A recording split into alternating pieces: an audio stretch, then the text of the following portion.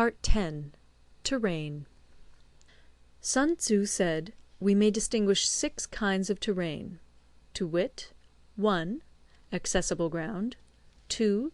Entangling ground, 3. Temporizing ground, 4. Narrow passes, 5. Precipitous heights, 6. Positions at a great distance from the enemy. Ground which can be freely traversed by both sides is called accessible.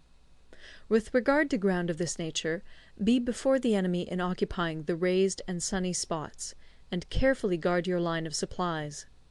Then you will be able to fight with advantage. Ground which can be abandoned but is hard to reoccupy is called entangling. From a position of this sort, if the enemy is unprepared, you may sally forth and defeat him.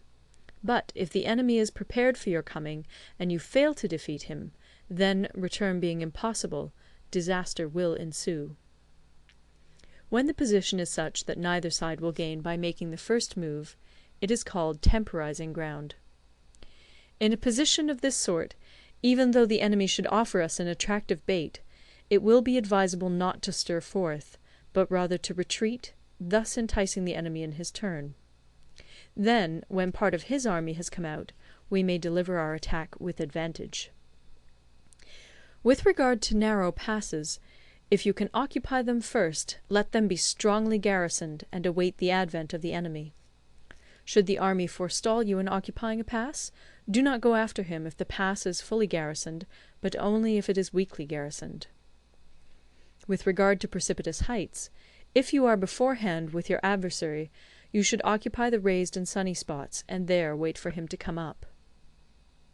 If the enemy has occupied them before you, do not follow him, but retreat, and try to entice him away. If you are situated at a great distance from the enemy, and the strength of the 2 armies is equal, it is not easy to provoke a battle, and fighting will be to your disadvantage. These 6 are the principles connected with earth.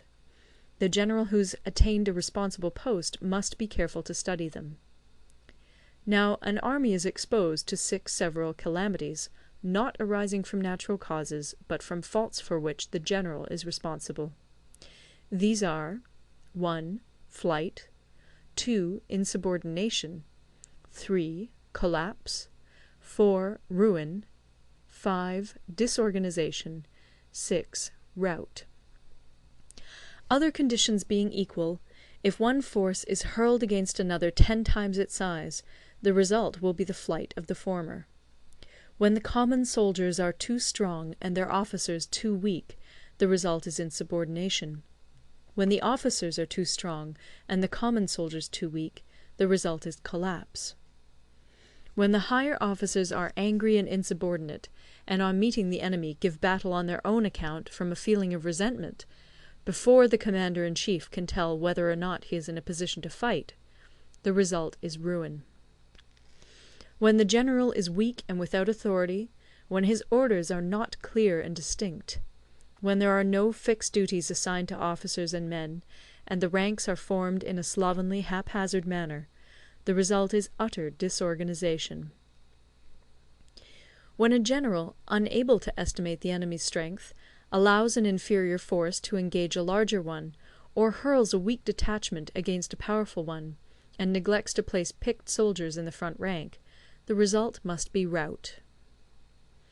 These are 6 ways of courting defeat, which must be carefully noted by the general who has attained a responsible post. The natural formation of the country is the soldier's best ally, but a power of estimating the adversary, of controlling the forces of victory, and of shrewdly calculating difficulties, dangers, and distances, constitutes the test of a great general. He who knows these things, and in fighting puts his knowledge into practice, will win his battles.